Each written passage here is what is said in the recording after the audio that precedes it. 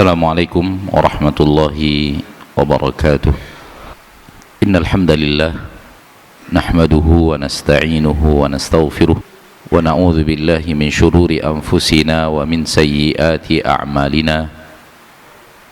May yahdihillahu fala mudilla lahu wa man yudlil fala hadiya lahu. Asyhadu an la ilaha illallah wahdahu la syarika lahu wa asyhadu anna Muhammadan abduhu wa rasuluh la nabiyya ba'dah, amma ba'd. Mari kita bersyukur kepada Allah tabaraka wa ta'ala yang telah memberikan kepada kita taufik untuk hidup guna menjalankan tujuan hidup,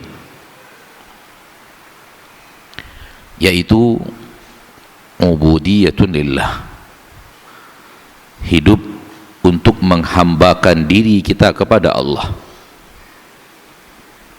Apa yang tadi kita lakukan dari perjalanan dari rumah kemari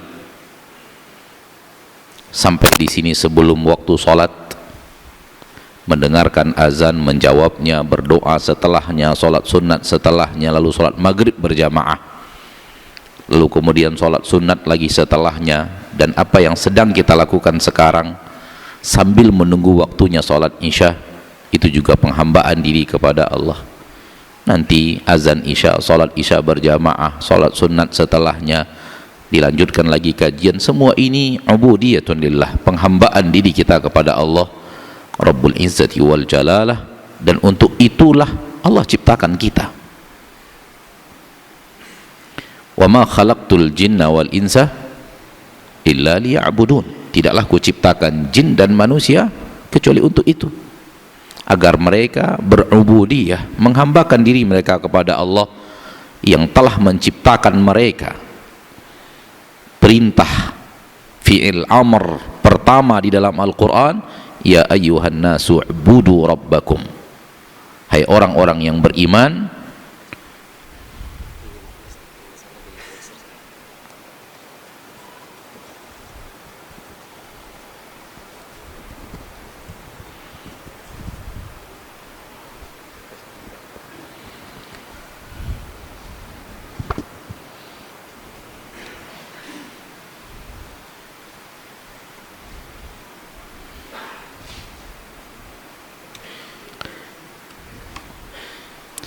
perintah pertama di dalam Al-Quran, fi'il amar pertama di dalam Al-Quran, mushaf, perintah untuk beribadah kepada Allah.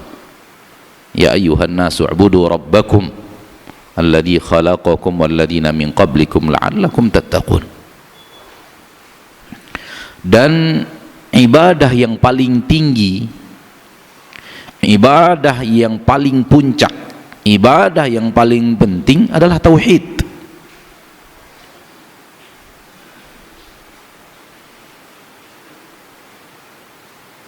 Barang siapa yang tidak menegakkan tauhid, maka dia tidak beribadah kepada Allah.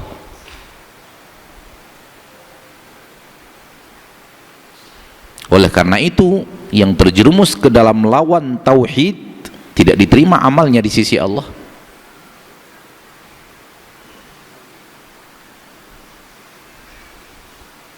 Setelah tauhid ada salat, ada puasa, ada zakat, ada haji, dan ibadah-ibadah lainnya. Ma'asyiral muslimin, ma'asyiral muslimat, di antara ibadah yang karenanya Allah ciptakan kita, karenanya Allah hidupkan kita, karenanya Allah berikan kepada kita kebutuhan-kebutuhan kita untuk hidup, adalah duduk di majelis ta'lim, menimba ilmu agama, thalabul ilm. Dan dia adalah semulia-mulia ibadah. Di antara menuntut ilmu itu ada yang sifatnya fardu, wajib, dan ada yang sifatnya fardu kifayah, wajib kifayah, dan ada yang sifatnya mustahab, sunnat. Dan ini dibahas oleh para ulama ketika para ulama berbicara tentang hukum-hukum menuntut ilmu. Namun semulia-mulia ketaatan adalah menimba ilmu. Pada hari ini tema yang dimintakan kepada ana untuk berbicara tentangnya ada tema yang sangat agung, yaitu harap dan takut.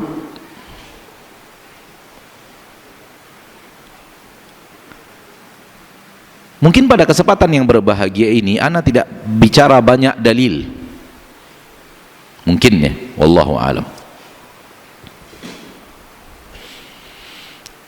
Ana mungkin tidak akan berbicara banyak dalil karena dalil terlalu banyak. Karena dalil apa? Terlalu banyak.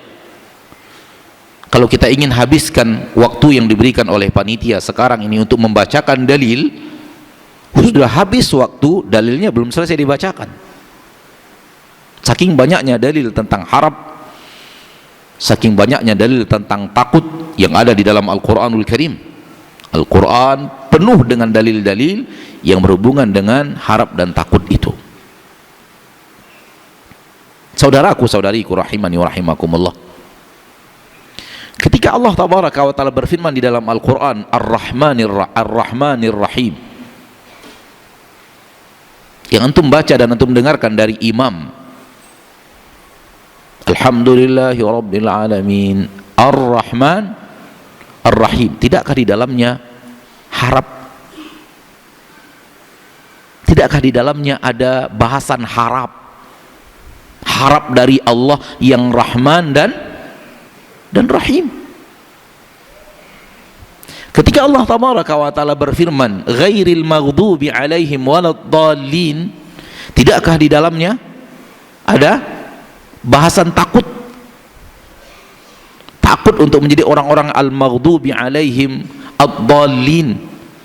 Termasuk sebelumnya siratal ladzina an'amta alaihim, di dalamnya adalah harap.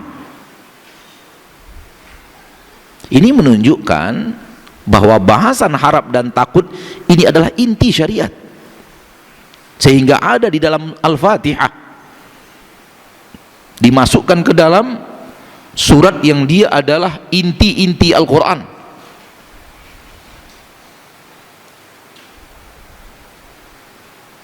Hanya saja terlalu banyak orang yang membaca Ar-Rahmanir Rahim namun tidak hadir sifat harap kepada rahmat Allah.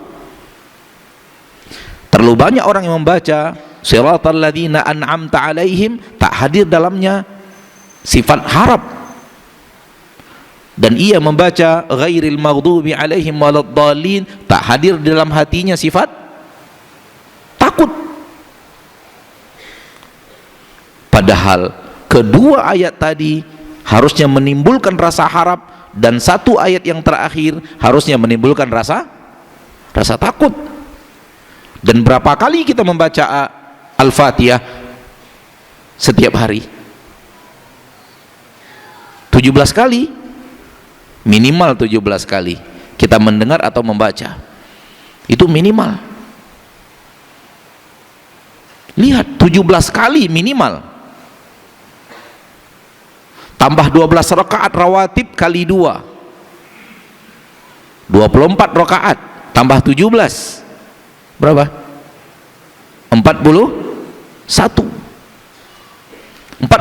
kali ayat tentang harap kali 2, 82 kali harusnya lahir sifat harap. Karena di Al-Fatihah ada 2. 41 kali membaca Al-Fatihah kali 2 Ar-Rahmanir Rahim siratal ladzina an'amta alaihim. 41 kali membaca Al-Fatihah ghairil maghdubi alaihim waladdallin, 41 kali. Coba dari Al-Fatihah saja seharusnya kita memiliki sifat harap yang besar dari Allah dan memiliki sifat yang takut kepada Allah Subhanahu wa ta'ala Rabbul Izzati wal Jalalah. Ayat yang dibacakan imam kita di dalamnya harap dan takut. andai kita mau mendengarnya, andai kita memahami apa yang kita dengar. Innal ladzina kafaru min ahlil kitabi wal musyrikina fi nari jahannam khalidina fiha. Apa ini kalau bukan takut? Khalidina fiha, fi nari jahannam khalidina fiha, di dalam neraka jahannam, kekal di dalamnya. Alladzina kafaru min ahlil kitabi wal musyrikin, di dalamnya rasa takut. Ayat setelahnya rasa harap. Innal ladzina amanu wa amilus shalihat lahum jannatun tajri min tahtihal anhar khalidina fiha abada radhiyallahu anhum wa radu'an. Harap. Setelah harap ada takut lagi. Dzalika liman khasyya rabbah. Percaya tidak percaya, siapapun yang membaca Al-Quran diombang-ambing oleh Allah, harap, takut, takut, harap, harap, takut, takut, harap. Dan kedua-dua sifat ini meneteskan air mata. Harapnya kepada Allah meneteskan air mata, takutnya kepada Allah meneteskan air mata.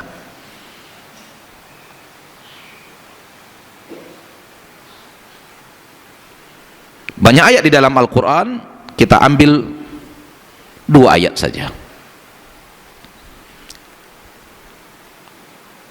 Firman Allah tabaraka wa ta'ala di dalam Al-Quran, inna rabbaka lasari'ul iqabi wa innahu laghafurur rahim.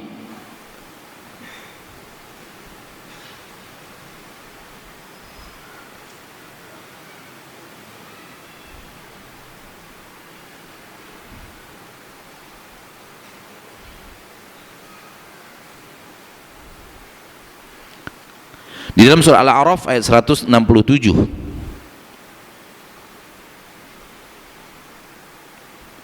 inna rabbaka lasari'ul iqab, sesungguhnya Rabbmu, wahai manusia, wahai anda, wahai makhluk, lasari'ul iqab, azabnya, hukumannya benar-benar cepat.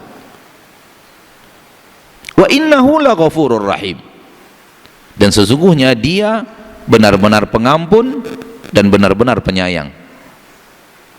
Ayat pertama takut, bukan ayat pertama, potongan pertama daripada ayat takut. Potongan yang kedua harap. Jadi di potongan yang singkat ini saja Allah melahirkan kepada kita sifat takut dan Allah melahirkan kepada kita sifat harap. Ayat yang kedua dalam surat Al-Hijr, ayat yang ke-49 dan 50. Nabbi ibadi anni anal ghafurur rahim wa anna adzabi huwal adzabul alim. Beritahu hamba-hambaku, wahai Nabi, wahai Rasul, beritahu hamba-hambaku, sampaikan kepada mereka sebuah berita besar.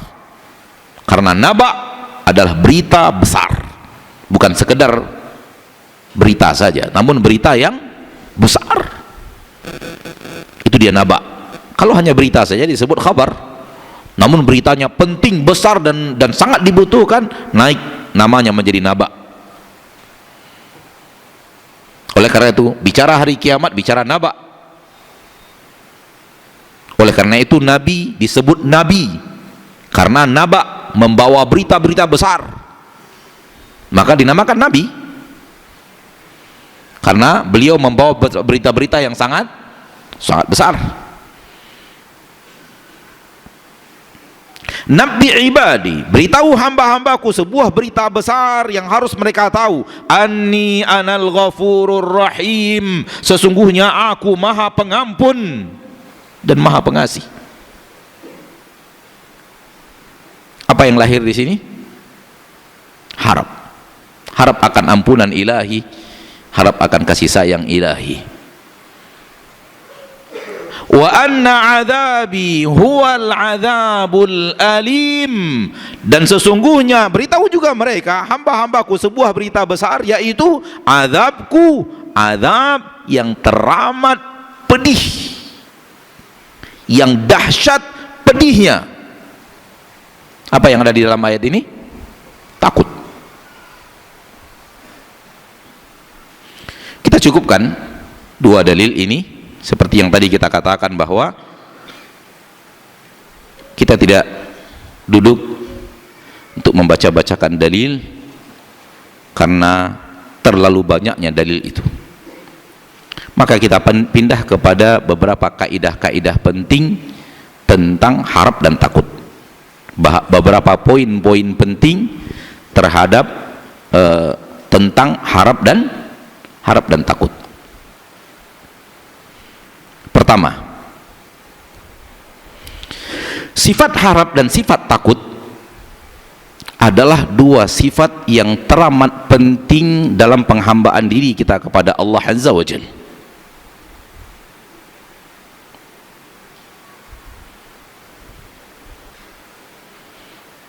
Sifat harap dan sifat takut adalah dua sifat yang sangat teramat penting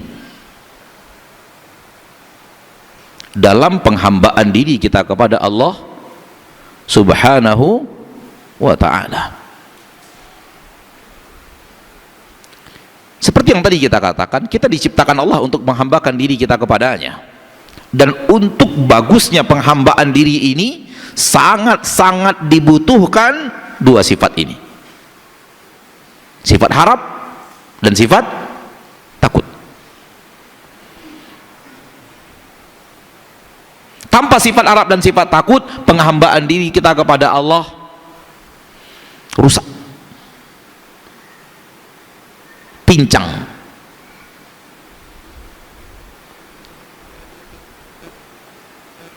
Atau tidak sempurna.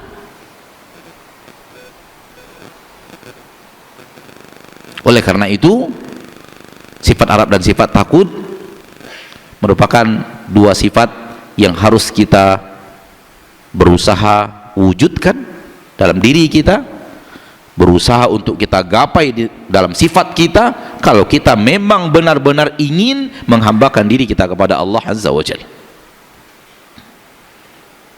Dua,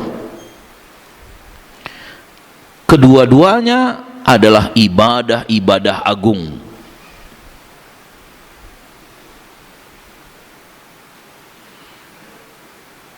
Dan kedua-duanya adalah koridor amalan hamba-hamba Allah yang saleh.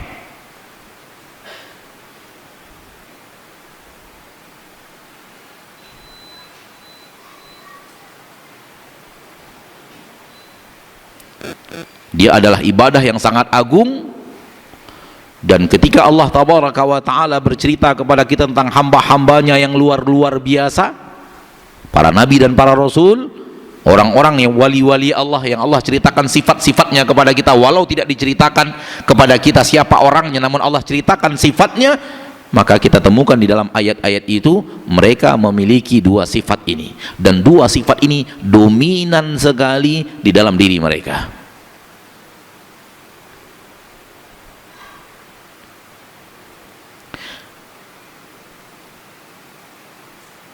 Nabi Adam takut kepada Allah seumur hidupnya karena satu kesalahan yang dia lakukan,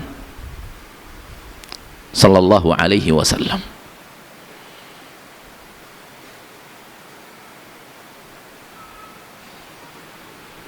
Nabi Ibrahim takut akan tiga dosanya kepada Allah, berdusta.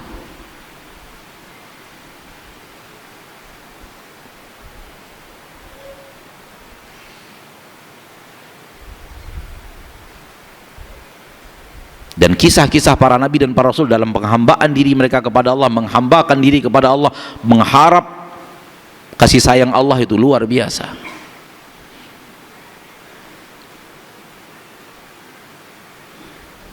Sehingga Allah mengatakan di dalam Al-Quran, para nabi dan para rasul itu mereka berlomba-lomba dalam kebaikan, dan mereka selalu menghambakan dirinya kepada Allah, berdoa, beribadah kepada Allah, khaufan wa tama'a, Mereka takut kepada Allah dan harap kepada Allah. Raghaban wa rahaba. Raghaban, penuh harap, wa rahaba, penuh takut. Ini sifat para nabi dan para rasul dan pengikut para nabi dan para rasul.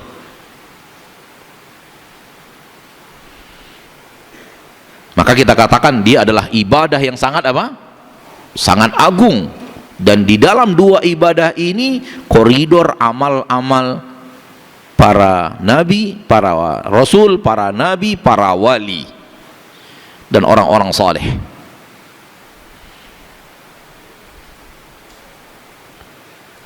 Tiga, dua ibadah agung ini amalan hati, bukan amalan badan.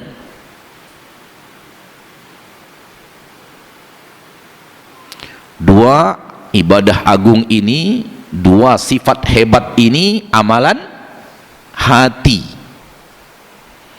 bukan amalan badan.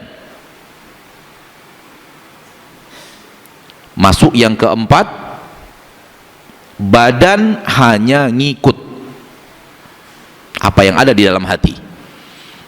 Badan hanya ngikut apa yang ada di dalam hati.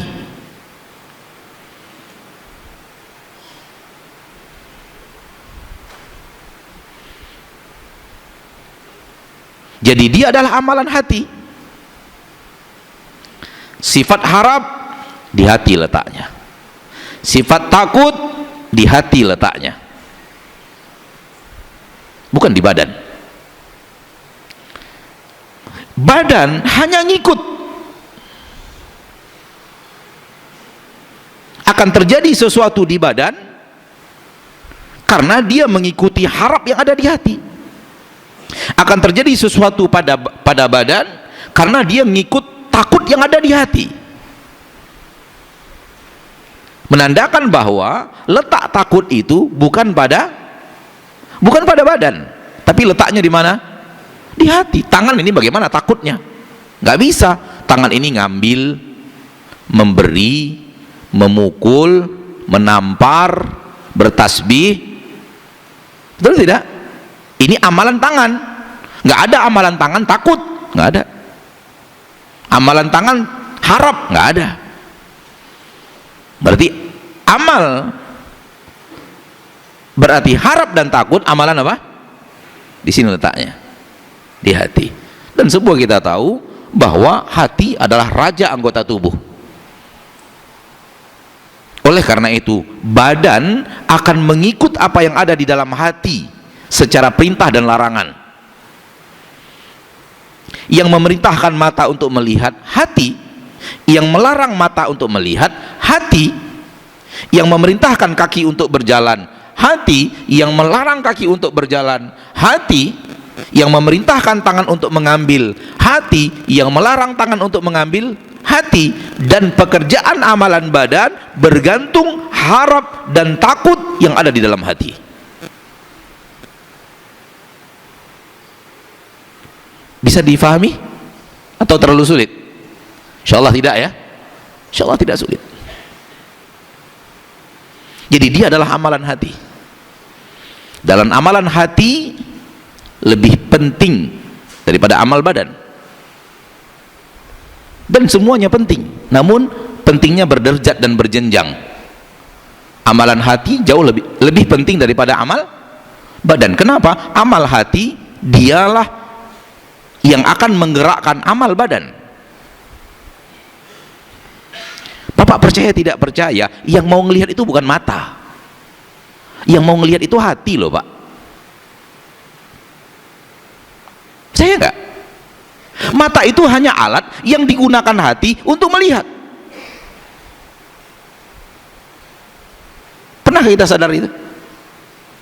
Percaya tidak percaya, yang mau ngomong itu bukan lidah, bukan mulut. Yang mau ngomong itu hati. Namun ia gunakan lidah, lisan, mulut, dan kedua bibir untuk ngomong. Lidah, bibir, dan mulut hanya jubir hati. Bahkan lebih daripada itu, yang mau makan itu bukan mulut, yang mau makan itu hati. Lalu dia perintahkan kaki untuk melangkah ke sebuah tempat, lalu dia perintahkan tangan untuk mengambil, dia perintahkan tangan untuk mengangkat ke mulut, dia perintahkan gigi untuk mengunyah, kemudian menelan. Yang mau makan siapa? Hati. Maka semua gerakan anggota badan sebenarnya nurut kepada perintah dan larangan hati. Maka ketika ada sifat harap dan takut, tentu kepada Allah.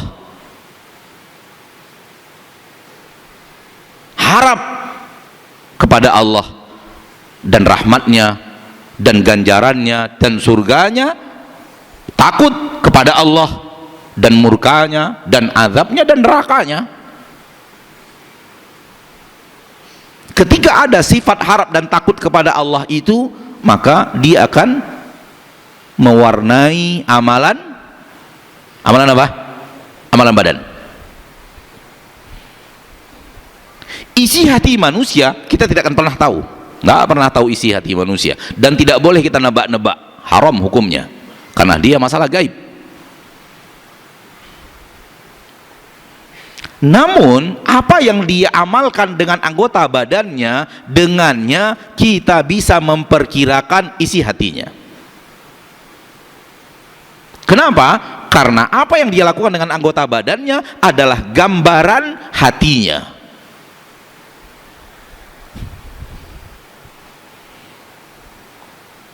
Bisa difahami? Namun tetap kita hanya mengatakan ini perkiraan saya. Dia takut kepada Allah karena begini.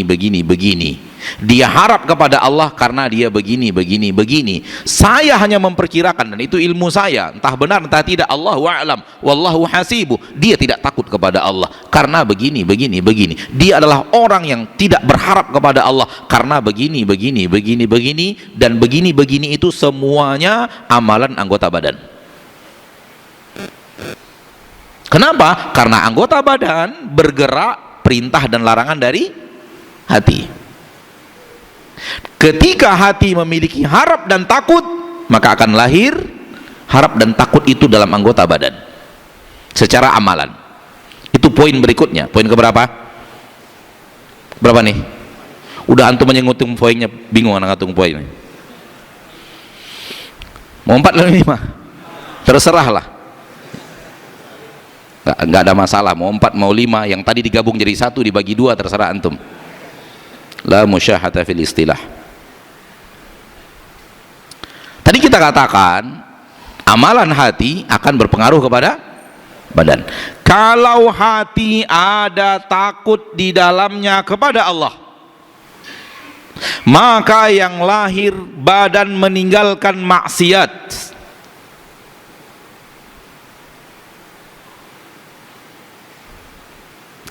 Dan dia akan takut kepada apa yang telah dia lakukan daripada dosa dan kesalahan, sehingga melahirkan amalan badan yang bernama taubat dan istighfar.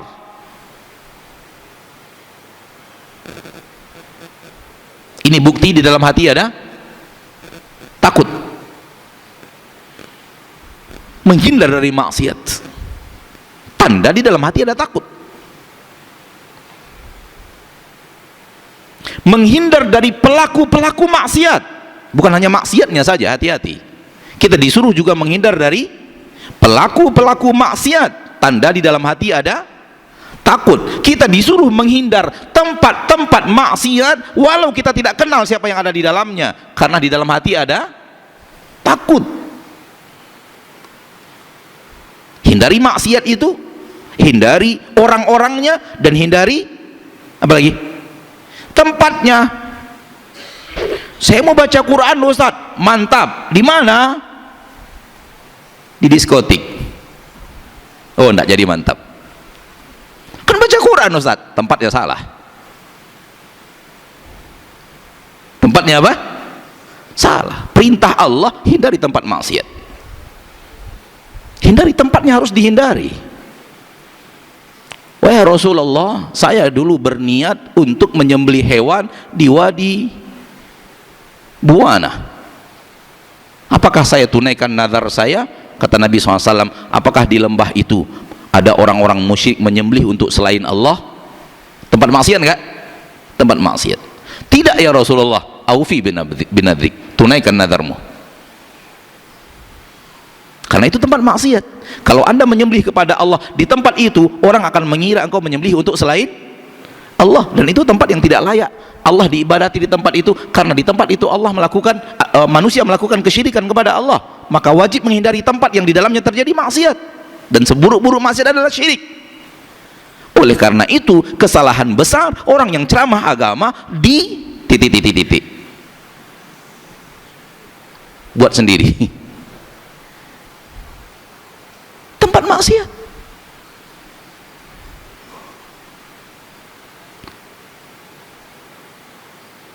Ketika kita menghindari maksiat dengan amal kita, menghindari pelaku-pelaku maksiat, menghindari tempat maksiat, bukti di dalam diri kita ada takut. Taib, sekiranya di dalam diri ada rasa harap kepada Allah Tabaraka wa Ta'ala Rabbul Izzati wal Jalalah, maka yang terjadi, dia akan rajin melakukan ketaatan,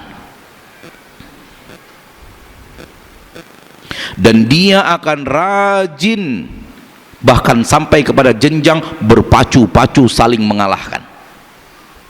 Fastabiqul khairat, sari'u ila maghfiratin min rabbikum wa jannah wa fi dzalika falyatanafasil mutanafisun. Dan dia akan dekat dengan tempat-tempat ibadah, dan akan dekat dengan orang-orang yang rajin ibadah.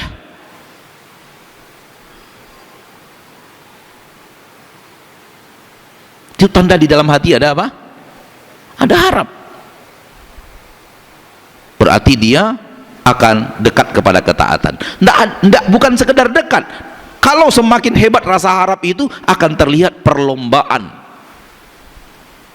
saling kalah mengalahkan, saling pacu berpacu dalam ketaatan. Oh, dia murojaah dia baca Qur'annya sehari setengah juz, harus saya kalahkan, saya setiap hari 3/4 juz gitu. Tapi jangan kasih tahu dia, biar aja.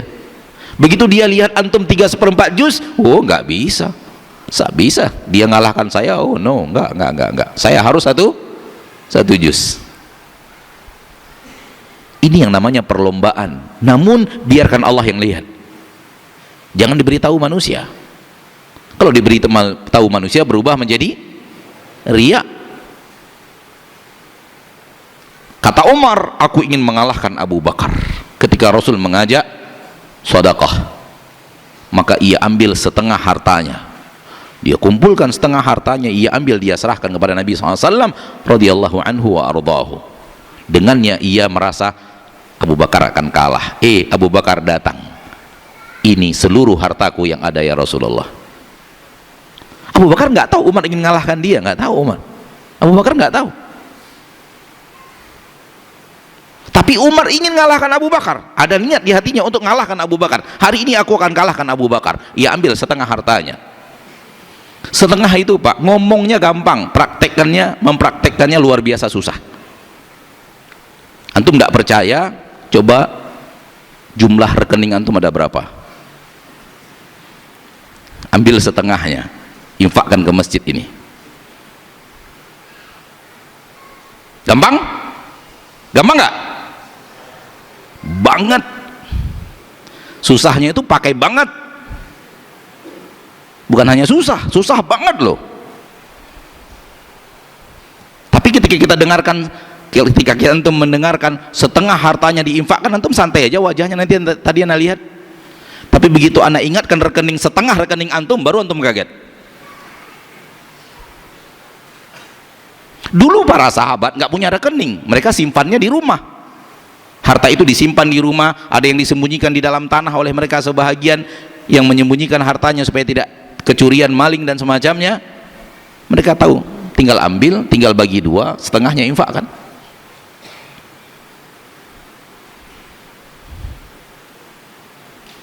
Sama dengan rekening kita sekarang, pulang ambil uang cash yang ada di rumah, ambil rekening, ambil setengahnya, infak kan? Berat atau tidak? Pekerjaan hebat atau tidak? Dengannya Umar ingin mengalahkan Abu Bakar. Abu Bakar nggak tahu dia ingin dikalahkan Umar radhiyallahu anhu wa ardhahu. Setelah Umar menginfakkan setengah hartanya, sedikit menjauh dari Rasul, ingin memperhatikan apa yang terjadi pada Abu Bakar. Ia berharap saat itu sangat mampu mengalahkan Abu Bakar, mengira Abu Bakar akan menginfakkan seperempat, sepertiga. Ternyata Abu Bakar mengatakan, ya Rasulullah, ini seluruh hartaku yang ada. Kata Abu Bakar, semenjak itu saya nggak berani lagi mengalahkan Abu Bakar. Udah, Abu Bakar terbaik. Kenapa amal Abu Bakar luar biasa mengalahkan amal Umar? Karena di dalam hati Abu Bakar ada harap yang luar biasa mengalahkan harapnya Umar radhiyallahu anhum ajma'in. Berpacu-pacu itu kembalinya kepada rasa harap. Poin berikutnya, hati-hati takut palsu dan harap palsu, dan jauhi, bukan hati-hati saja, jauhi takut palsu, harap palsu.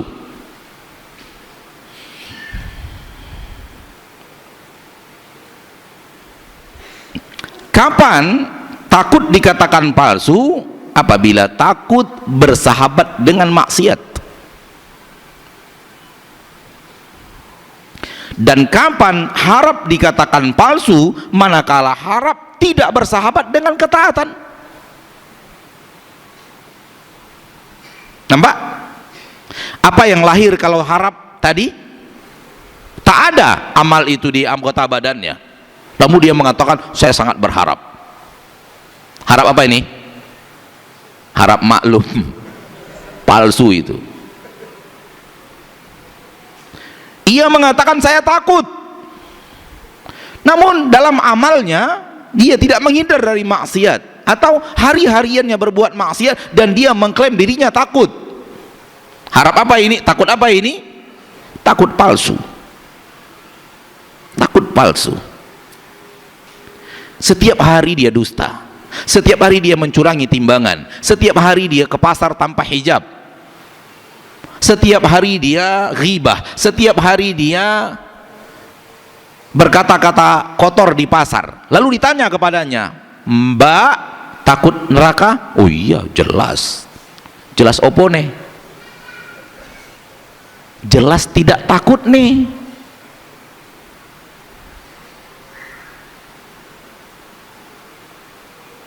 Hati-hati. Menurut kita, dengan amalan seperti yang tadi kita katakan, kita hanya mampu menilai apa? Amal. Menurut kita, dengan amal yang dia lakukan, dia tidak takut kepada Allah, dia tidak takut neraka Allah, dia tidak takut kepada hukuman Allah. Tidak takut. Buktinya dia berbuat maksiat itu setiap hari. Setiap hari nyanyi, setiap hari joget, setiap hari minum khamar. Ditanyakan kepadanya, Anda muslim? Iya. Takut neraka? Takut sekali. Apanya yang takut? Siapa yang takut kepada harimau lalu mendekat ke harimau? Ayo.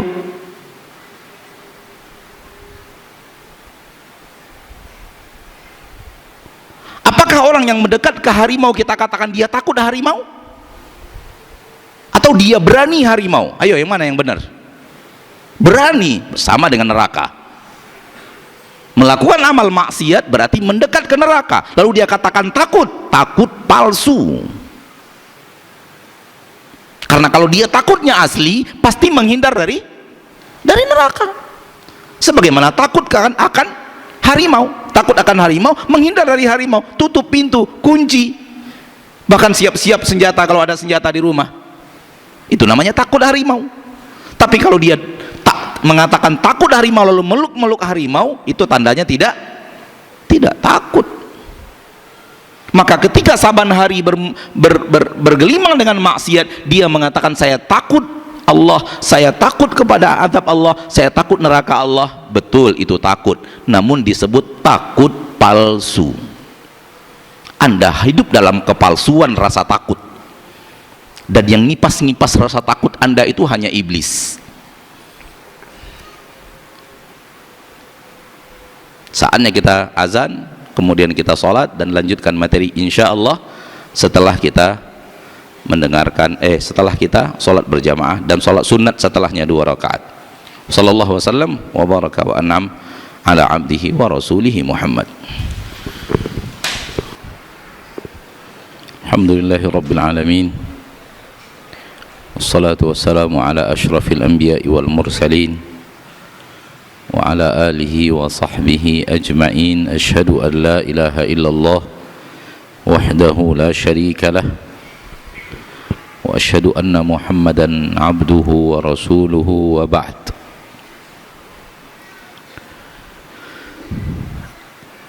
Hati-hati takut palsu dan harap palsu.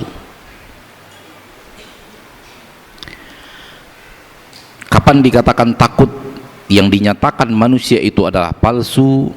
Manakala ketakutannya itu tidak membuat dia berhenti dari maksiat. Takut yang Allah inginkan dari kita adalah takut yang membuat kita berhenti dari maksiat. Itu takut yang Allah inginkan. Kapan dikatakan sebuah harap, sifat harap itu palsu? Manakala orang yang menyatakan saya harap itu tidak melakukan aksi-aksi menuju harapan itu, dengan tidak berbuat taat, kemudian dia berharap pahala di sisi Allah dan berharap surga di sisi Allah, sementara dia tidak terlihat ketaatan itu dari dirinya. Sama dengan orang yang berharap jadi orang kaya, kerjaannya tiap hari main domino, nggak ada aksinya untuk jadi orang kaya, itu nggak ada. Bagaimana mungkin kita mengakui bahwa dia punya harapan yang sangat besar untuk jadi orang kaya? Rumus ini rumus normali aja udah. Sehingga banyak manusia mengatakan ingin kaya, kerja keras. Berharap jadi orang kaya harus kerja keras, karena kerja keras jalan ikhtiar yang Allah sudah wujudkan, yang sudah Allah sunnahkan, sunnatullah di permukaan bumi untuk jadi orang kaya. Maka kalau dia malas-malas kemudian dia mengatakan ingin jadi orang kaya, maka kita mengatakan kamu kayaknya nggak bener ini, salah urat apa salah apa ini gitu. Oke? Maka kalau memang harapan itu asli, akan melahirkan semangat beribadah, semangat taat. Dan seperti yang kita katakan tadi, bahkan lahir sifat berlomba-lomba dalam ketaatan. Semakin besar rasa harapnya di dalam hatinya terhadap Allah, rahmat Allah, surga Allah, maka akan semakin dia berlomba-lomba di dalam ketaatan kepada Allah, kepada rahmat Allah, kepada surga Allah. Dunia kita sekarang, percaya tidak percaya, dunia yang dipenuhi oleh banyak kepalsuan.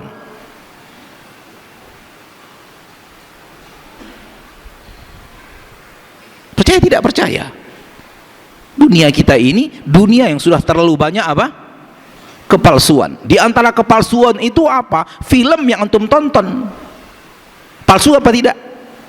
Dia beneran nangis nggak itu? Dia beneran bahagia nggak itu? Palsu. Namun pemirsanya banyak, penontonnya segudang. Kenapa? Memang orang cinta kepalsuan, udah.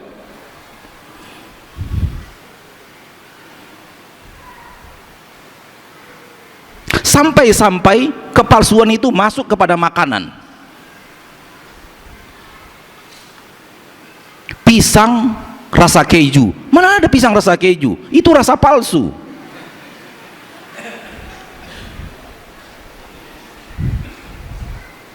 Kentang rasa sapi panggang. Sapi panggang, kentang rasa sapi panggang. Rasa apa? palsu. Namun kita makan loh kepalsuan itu.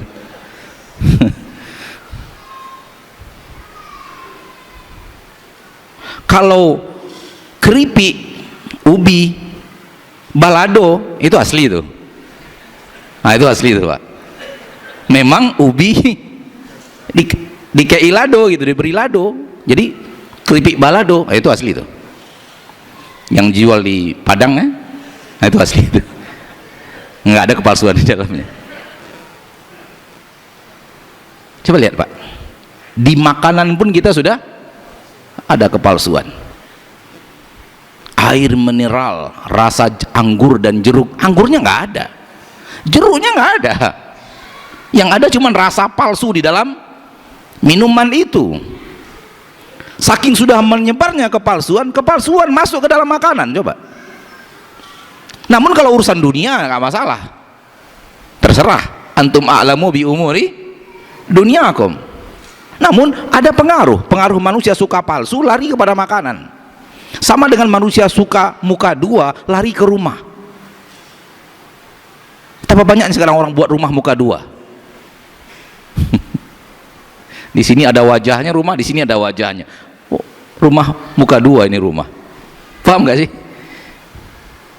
Kenapa? Karena terlalu banyaknya manusia punya hati bermuka dua, lain ke sana lain kemari, akhirnya mengalir sampai ke rumah muka dua, bahkan ada yang muka tiga.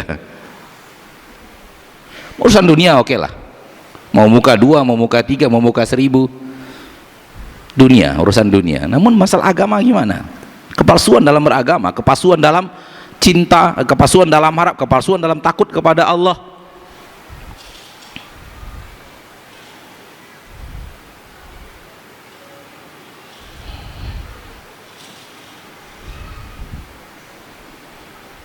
Poin berikutnya,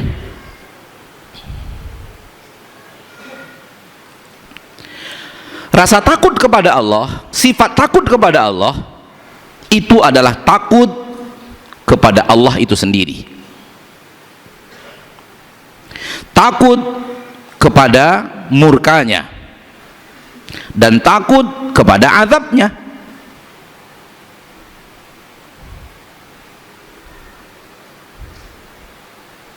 Rasa harap kepada Allah, rasa harap kepada Allah itu sendiri, rasa harap kepada rahmatnya, rasa harap kepada surganya. Yang tadi takut masuk nerakanya, kalau anda lupa nyebut tadi. Rasa takut kepada Allah itu sendiri, takut kepada azabnya, takut kepada nerakanya, takut kepada murkanya. Rasa harap kepada Allah adalah rasa harap kepada Allah itu sendiri, dan rasa harap kepada rahmat dan kasih sayangnya, rasa harap kepada surganya. Dan itu tak bisa terpisahkan. Nggak bisa rasa takut kepada Allah berdiri sendiri, rasa takut kepada neraka berdiri sendiri, bukan.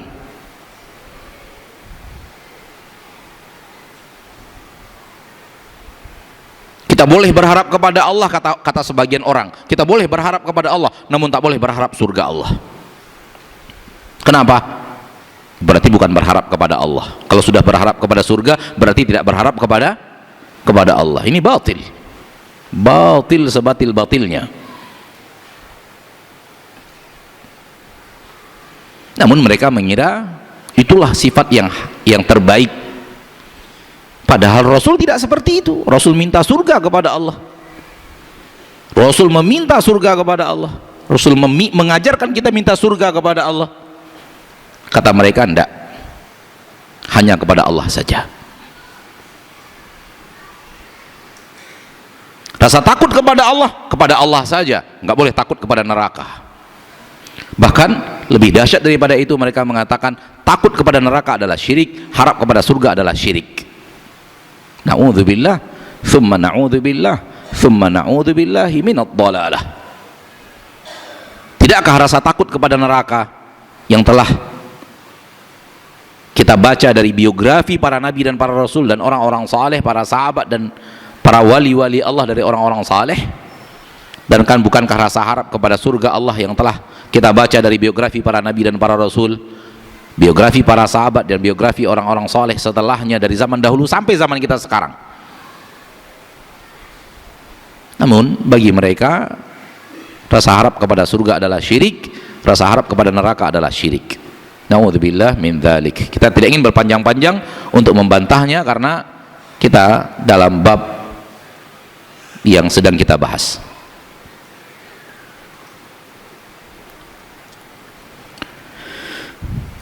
Kenapa takut kepada Allah?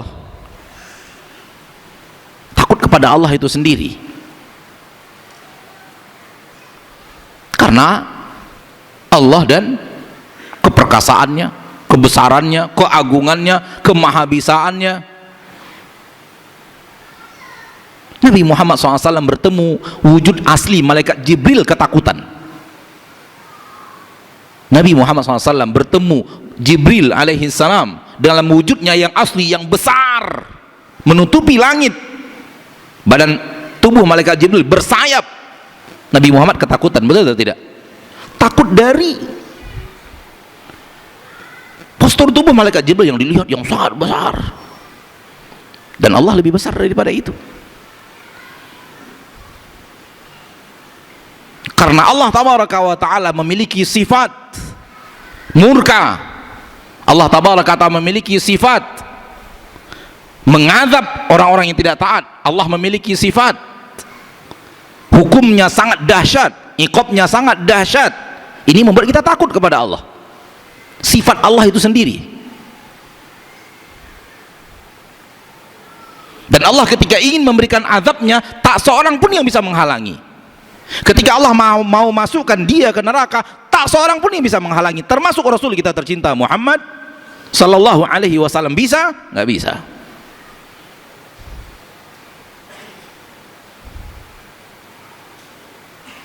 Kekuasaannya, sifat murkanya yang ada di dalam Al-Quran Allah ceritakan terhadap orang-orang yang berbuat maksiat, membuat kita takut kepada Allah. Nggak usah jauh-jauh. Walillahil mathalul a'la.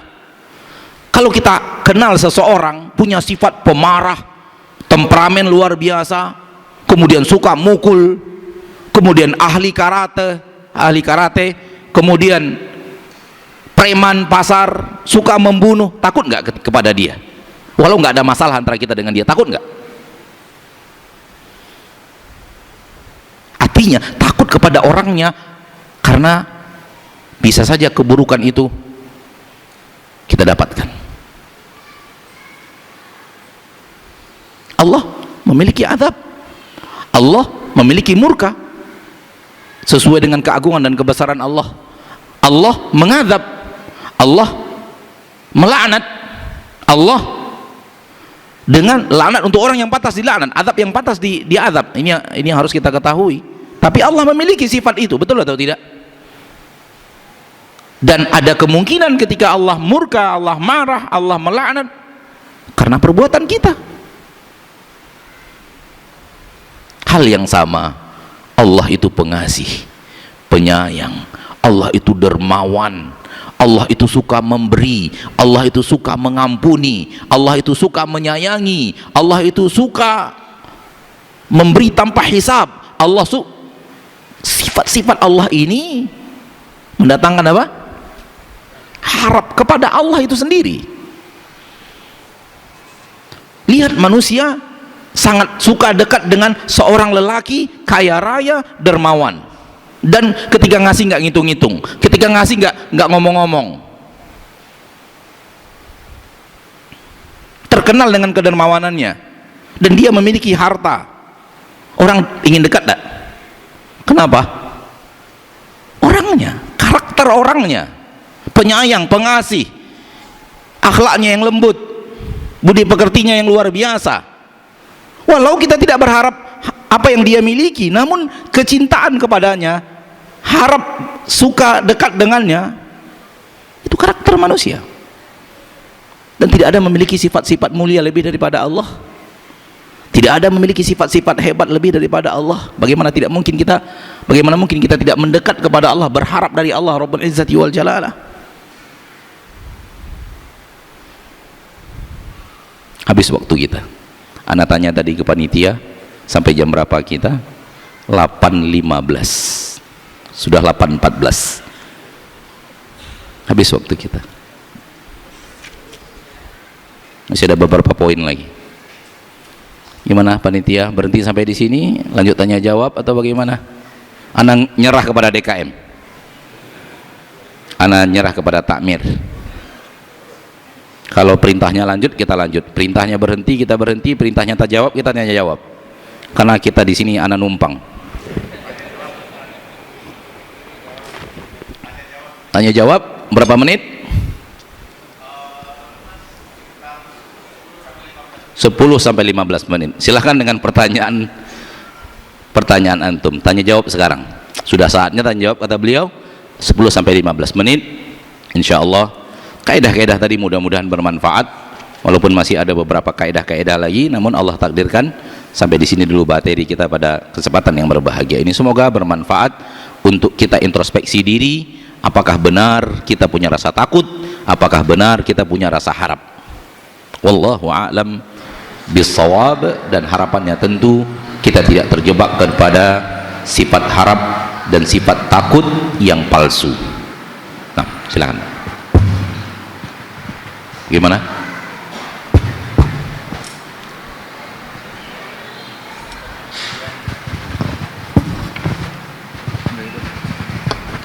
Assalamualaikum warahmatullahi wabarakatuh.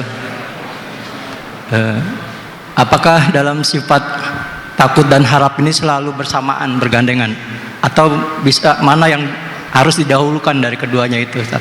Terusnya yang kedua, apakah dengan rasa takut dan harap itu bisa menuju kita jadi mahabbah pada Allah Subhanahu wa Ta'ala? Ulang. Mahabbah, rasa cinta kita kepada Allah gitu. Dengan adanya rasa takut dan harap gitu. Iya. Itu saja pertanyaan. Assalamualaikum warahmatullahi wabarakatuh.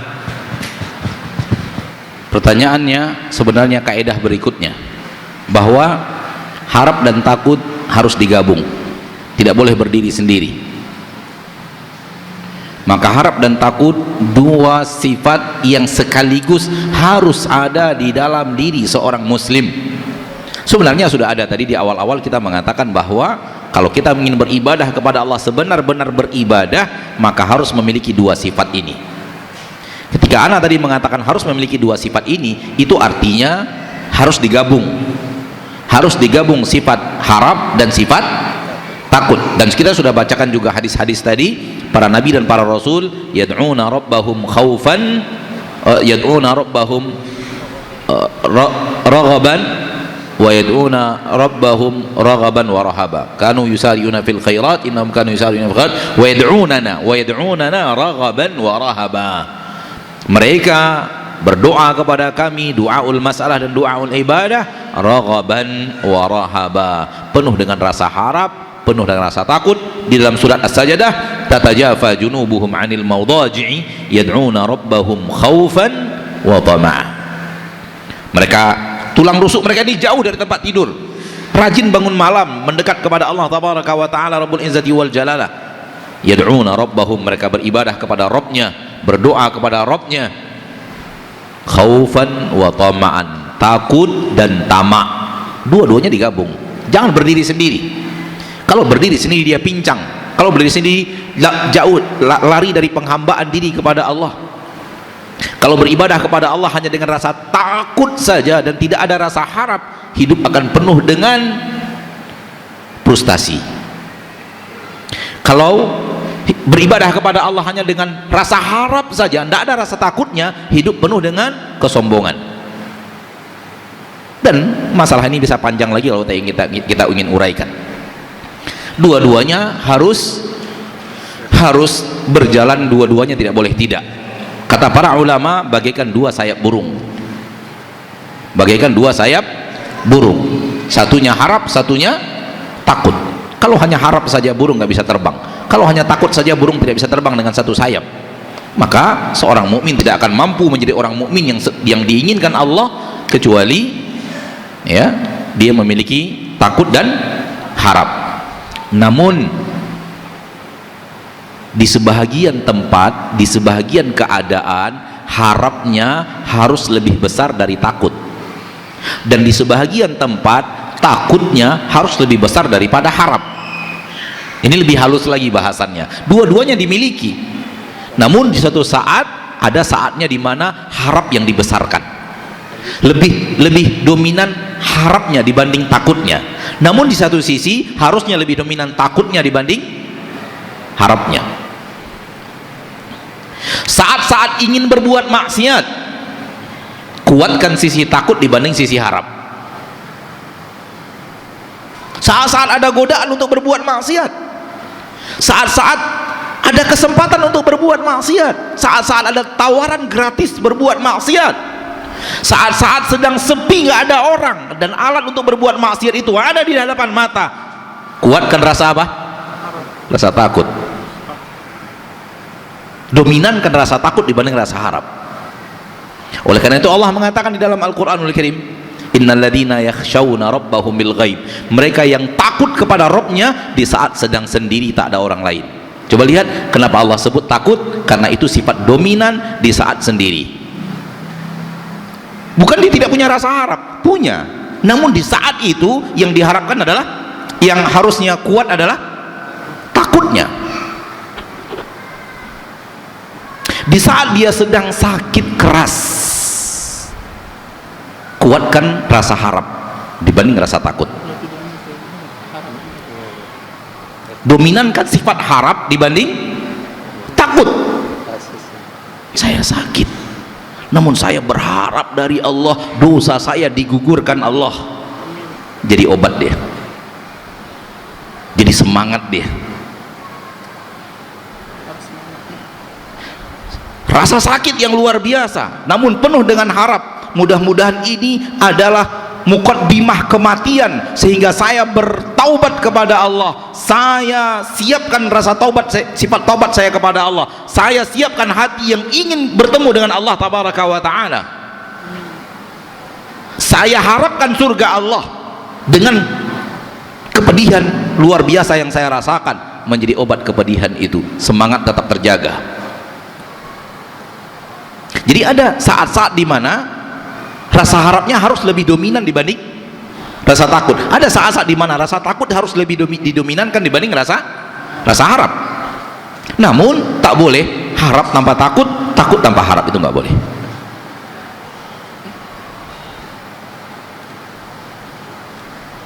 Baik. Lalu bagaimana dengan cinta? Cinta bahasan tersendiri. Cinta bahasan tersendiri. Apakah takut dan harap ini akan menimbulkan rasa cinta? Itu pasti. Namun dia punya bahasan besar tersendiri.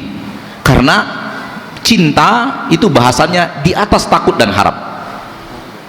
Posisi cinta di atas takut dan harap. Kata para ulama, kalau takut dan harap adalah dua sayap burung, cinta itu kepalanya.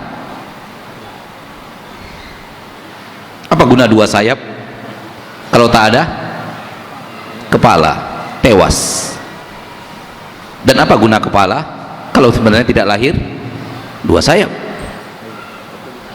Maka bahasan yang berbeda, namun justru karena cinta kepada Allah itulah lahirnya harap dan lahirnya takut. Wallahu ta'ala a'la wa alam bissawab. Saya tidak bisa lebih panjang daripada itu, walaupun bahasan membutuhkan lebih panjang, namun itu yang bisa saya jawab. Selanjutnya ada pertanyaan? Assalamualaikum Ustaz. Assalamualaikum. Bagaimana mengkompromikan dua hadis? Yang pertama, orang meninggal di atas apa yang sering dia lakukan. Yang kedua, orang beribadah sepanjang hidupnya, di akhirnya melakukan amalan masuk neraka, akhirnya masuk neraka. Makasih Ustaz. Hadis ini banyak menjadi muskil dalam pemahaman banyak orang. Namun tidak muskil kalau kita bisa fahami dengan baik dan benar. Hanya saja karena kita tidak faham dengan baik dan benar, posisi-posisinya akhirnya menjadi problem dalam pemahaman. Mudah-mudahan dengan jawaban yang ringkas, seringkas yang saya bisa, problem ini teruraikan di kajian kali ini, baik bagi yang bertanya atau yang punya problem yang sama walau tidak bertanya, atau mungkin pendengar dimanapun berada, pemirsa dimanapun berada yang punya problem yang sama. Seolah-olah hadis ini bertabrakan. Nah, tidak ada hadis yang sahih bertabrakan, tidak ada ayat-ayat bertabrakan, tidak ada ayat dengan hadis yang sahih bertabrakan. Bertabrakan itu karena kita tidak tahu dan tidak mengerti. Maka fas'alu ahla dzikri, tanyalah yang paham, tanyalah yang mengerti. Allah itu maha adil, betul atau tidak? Kalau Anda serius dalam ketaatan, apakah adil namanya kalau Anda dimasukkan neraka? Tidak. Berarti kalau Anda serius taat, Anda akan wafat di atas taat. Sebaliknya berlaku, kalau Anda serius maksiat, keadilannya adalah Anda akan wafat di atas maksiat. Inilah dia yang pertama. Seseorang akan wafat di atas kebiasaannya, kebiasaan dusta, kebiasaan buka aurat, kebiasaan menipu, kebiasaan beraneka ragam. Kalau itu yang memang itu yang kita seriuskan dalam hari-hari kita, maka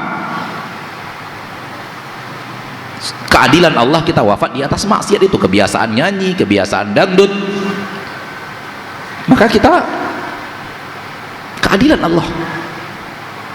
Dan demikian berlaku sama kalau rajin tahajud, rajin infak, rajin sedekah, rajin sholat fardu, apalagi laki-laki sholat fardu, ke masjid, rajin husnudzon, rajin bersedekah kepada fakir miskin, rajin peduli kepada orang-orang, rajin menuntut ilmu, rajin dengan keseriusan, bukan dengan kedustaan. Dan itu kita lazimi terus, kita berjuang untuknya terus, maka keadilan Allah kita akan diwafatkan di kebiasaan itu. Baik, satu sisi. Sisi yang kedua, ada orang yang berdusta, dia tidak serius. Kayak-kayaknya soleh padahal tidak, kayak-kayaknya soleh padahal menyembunyikan maksiat. Ini bahasan yang kedua pada hadis orang yang beramal amalan ahli surga namun mengamal amalan ahli neraka, lalu wafat di atas amalan ahli neraka dan masuk neraka. Kenapa? Karena dia tidak serius dengan kesolehannya. Yang kita lihat, dia menyembunyikan sesuatu yang kita tidak tahu, sehingga menurut kita tentang dia, soleh nih orang, soleh nih orang, soleh nih orang. Allah tahu dia nggak soleh. Kenapa? Dia bisa nipu kita dengan kesolehannya, dia tidak bisa nipu Allah dengan kesolehannya yang dia karang-karang agar dilihat manusia. Paham? Sehingga menurut kita dia ahli surga dengan amalan-amalan ahli surga, ternyata menurut Allah enggak. Dan Allah buktikan kepada kita ketika dia wafat, ilmuku tentang dia mengalahkan ilmu kalian tentang dia. Aku lebih tahu siapa dia dibanding kalian. Kalaulah dia berbuat ibadah, kemudian dia di belakang kita berbuat maksiat, berarti enggak serius solehnya. Solehnya di depan manusia, solehnya untuk mendapatkan pujian manusia, solehnya menipu manusia. Dan Allah bongkar di akhir hayatnya, na'udzubillah min dzalik. Semoga Allah jauhkan kita dari sifat itu. Maka ketika kita menyembunyikan maksiat kita di belakang, jangan kita berhasil menipu orang. Na'udzubillah, ini rasa takut yang harusnya hadir ketika kita takut dibuktikan Allah di saat wafat.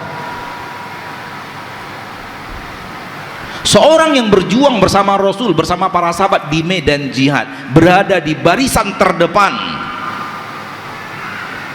dan berjuang luar biasa, memukulkan pedangnya di tubuh orang-orang kafir, dan sebaliknya orang kafir memukulkan pedangnya di tubuh sahabat itu. Kata para sahabat yang lain, Masya Allah, tabarakallah, ini penduduk surga. Betul tidak? Amalannya berjuang jihad bersama Rasul di zaman Rasul. Jihadnya Rasul bukan jihad yang prematur, bukan jihad yang batil, bukan jihad yang salah jihad. Pemimpinnya adalah Rasul. Ia ada di barisan jihad itu, kemudian di barisan terdepan dengan kegagahan dan keberaniannya. Kata para sahabat penduduk surga, kata Nabi penduduk neraka, karena Nabi dapat wahyu dari Allah. Sahabat tertipu, Allah tak bisa ditipu. Dan Allah perlihatkan. Akhirnya orang yang dikatakan ahli jihad itu akhirnya bunuh diri karena tak tahan dengan rasa pedih, sakit, masih hidup. Akhirnya diletakkan gagang pedang di bawah, ujungnya di perutnya, lalu bertelekan mati, mengakhiri rasa sakit, bunuh diri, neraka. Kenapa dia bunuh diri? Allah Maha tahu apa yang terjadi. Serahkan kepada Allah dan keadilannya, jangan serahkan kepada kita dan kepandiran kita tentang keadaan manusia, kebodohan kita tentang sesuatu yang tidak kita ketahui. Serahkan ilmunya kepada Allah. Kenapa Allah akhirkan ia dalam bunuh diri? Allah Maha Adil, saudaraku. Jangan pernah ragukan keadilan Allah. Mudah-mudahan dengannya masalah itu terwujud, ya. Jadi kalau ada orang yang menurut kita soleh, kok tiba-tiba berbuat maksiat dan wafat, itu artinya Anda selama ini ditipu. Udah, itu aja udah. Kalau ada orang yang terlihat maksiat, tiba-tiba berubah menjadi orang soleh dalam sekejap, kemudian wafat di atas maksiat, lalu bagaimana memahaminya? Apakah saya ditipu? Memahaminya adalah ada kebaikannya yang luar biasa yang Anda tidak tahu. Yang kebaikan yang luar biasa itulah yang menjadikan Allah berlaku adil kepadanya untuk mewafatkannya di atas ketaatan. Namun Anda tidak tahu. Allah tahu. Pernahkah Anda tahu bahwa ada pelaku maksiat yang sangat berbakti kepada ayah dan ibunya? Baktinya kepada ayah dan ibunya mengalahkan banyak orang-orang yang sudah ngaji. Tahu tidak? Dan sifat itu diketahui Allah dengan tingkatan-tingkatan kehebatan baktinya, dan boleh jadi tingkat baktinya kepada ayah dan ibunya itulah yang kemudian Allah hadiahkan untuknya husnul khatimah.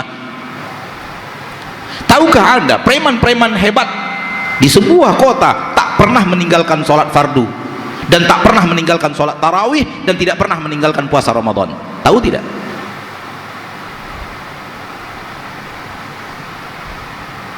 Kita tidak tahu, kita tahunya dia preman. Namun Allah tahu dia rajin sholat, dia tak pernah meninggalkan sholat, dia tidak pernah berbuka di bulan Ramadan, siang Ramadan, dan dia tidak pernah tinggal sholat tarawih. Bukankah ini kebaikan yang kita tidak tahu dari dirinya, walau dia adalah seorang preman, yang kemudian dengannya Allah hadiahkan untuknya apa? Taubat di akhir hayat dan husnul khatimah. Maka hadis tentang orang yang beramal saleh lalu beramal amalan ahli neraka, orang yang beramal amalan ahli surga lalu beramal amalan ahli neraka, lalu wafat di atas amalan ahli neraka, orang yang beramal amalan ahli neraka lalu beramal amalan ahli surga dan wafat di atas amalan ahli surga, fahami seperti itu. Kalau saleh kemudian maksiat, kita kena tipu. Kalau maksiat kemudian saleh kemudian wafat, ada kebaikan yang kita tidak tahu. Dengan itu tak bertabrakan antara ini dan hadis yang tadi. Wallahu ta'ala alam. Selesai sudah 15 menit. Sampai di sini pertemuan kita pada malam hari yang berbahagia ini. Semoga Allah tabaraka wa ta'ala menjadikan kita hamba-hamba yang memang berjuang untuk benar-benar memiliki rasa takut dan berjuang untuk benar-benar memiliki rasa harap. Jangan dusta terhadap diri sendiri. Kepandiran yang paling pandir, kebodohan yang paling bodoh adalah berdusta kepada diri sendiri. Maka introspeksi diri dengan jujur. Apakah benar saya orang yang takut kepada Allah? Indikasinya sudah ada. Apakah benar orang yang saya berharap kepada Allah rahmatnya dan surganya? Indikasinya sudah ada. Dari indikasi-indikasi itu kita menilai diri kita benar takut apa tidak. Kita menilai diri kita benar harap atau tidak. Kita tutup dengan sebuah kaidah penting yang ada dalam agama kita, nyata dalam rasa takut dan harap, namun banyak orang yang kurang perhatian. Seluruh yang kita berharap darinya, kita mengharapkan sesuatu darinya, kita akan mendekat. Dan seluruh yang kita takut darinya, kita akan menjauh. Seluruh yang kita berharap, kita akan apa? Akan mendekat. Berharap kepada pangkat dan jabatan akan mendekat kepada orang yang akan memberikan pangkat dan jabatan itu. Berharap harta akan berharap mendekat kepada orang yang memberikan harta itu kepada kita. Berharap pekerjaan maka akan mendekat kepada orang yang akan memberikan pekerjaan itu kepada kita. Berharap makanan maka akan dekat dengan orang yang akan memberikan makanan itu kepada kita. Takut kepada harimau akan menjauh dari harimau. Takut kepada petir akan menjauh dari tempat-tempat petir. Takut dari orang-orang jahat akan menjauh dari tempat orang jahat itu. Takut dari begal maka akan menjauh dari tempat-tempat yang kemungkinan begal ada di situ di malam hari dan semacamnya. Intinya adalah harap kepada sesuatu akan membuat kita mendekat. Takut kepada sesuatu akan membuat kita menghindar dan menjauh. Semuanya seperti itu kecuali Allah. Harap kepadanya sudah pasti kita mendekat kepadanya karena harap, tak ada masalah. Takut kepadanya pun harus mendekat kepadanya, bukan menjauh. Takut kepada Allah jangan menjauh dari Allah, tapi takut kepada Allah harus membuat kita mendekat kepada Allah. Itu hanya Allah yang punya sifat itu. Maka kalau benar kita takut kepada Allah, akan seiring dengan rajin taat, akan seiring dengan rajin beribadah, akan seiring dengan rajin jujur, akan seiring dengan rajin amanah, akan seiring dengan rajin husnudzon dan tidak suudzon, akan seiring dengan rajinnya berzikir, rajinnya membaca Al-Quran. Kenapa? Di dalam membaca Al-Quran kita itu ada rasa takut loh, karena rasa takut kepada Allah adalah dengan mendekat kepadanya sedekat-dekatnya, bukan dengan menjauh kepadanya seperti kepada selain Allah. Fafirru ilallah dalam surah Az-Zariyat 50. Larilah kalian, lari, tapi bukan lari menghindar dari Allah, lari kepada Allah. Harusnya firru menjauh, tidak mendekat. Maka kalau benar serius rasa takut kita kepada Allah pun sebenarnya akan melahirkan ketaatan. Namun ini lebih halus dan banyak orang yang tidak mengambilnya sebagai, banyak orang yang kurang apa ya, tak teringatkan akan hal ini. Dan mudah-mudahan pada kesempatan yang berbahagia ini apa yang bisa kita sampaikan bahwa sebenarnya rasa takut kita pun kepada Allah mengharuskan kita untuk mendekat kepada Allah, karena itulah jalan orang-orang yang takut kepada Allah. Sampai di sini pertemuan kita. Semoga Allah tabaraka wa ta'ala, Rabb yang kita ibadati, Rabb yang kita menghadap sholat kepadanya, Rabb yang kita sebentar lagi akan berpuasa untuk mengharapkannya, mengharapkan rahmat dan ridhonya, mengharapkan ampunan atas dosa dan kesalahan kita.